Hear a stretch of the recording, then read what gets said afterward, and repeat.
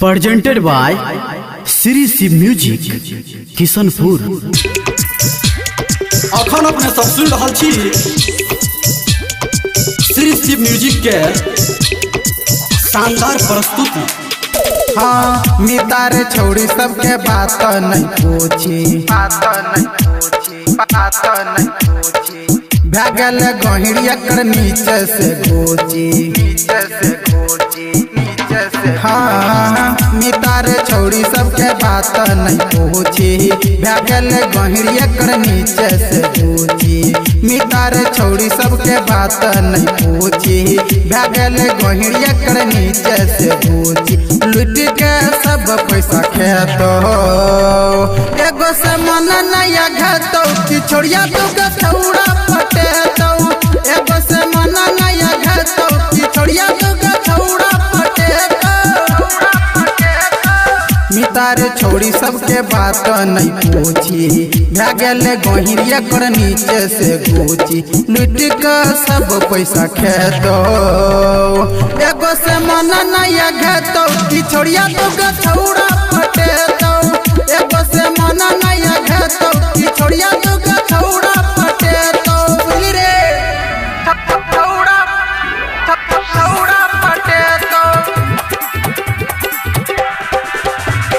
DJ good Madhubani DJ एगो से मन नया घेतो कि छोड़िया तू गथौड़ा पटेतो।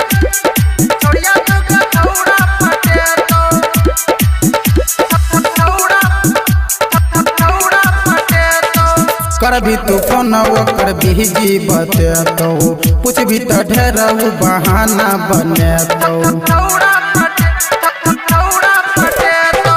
कर भी तू फोन ओकर बिजी बतेतो कुछ भी तो ढेर बहाना बनेतो।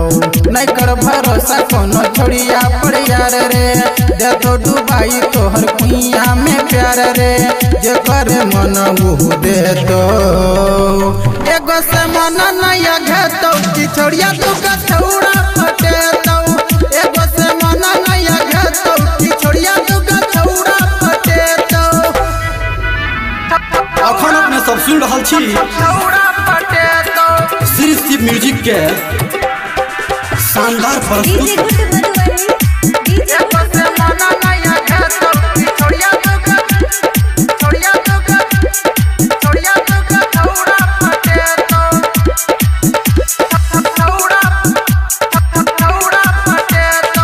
राइटर सरवन सुनले साचे साचे बात रे पवन राजा संग भेल बड़का घात रे।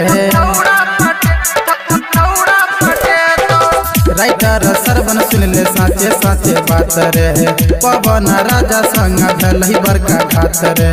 कते हम कहबो तोरा सबके समझाई कल के जे प्यार ओकरा मिललै जुदाई झूठो के प्यार में फसई तो।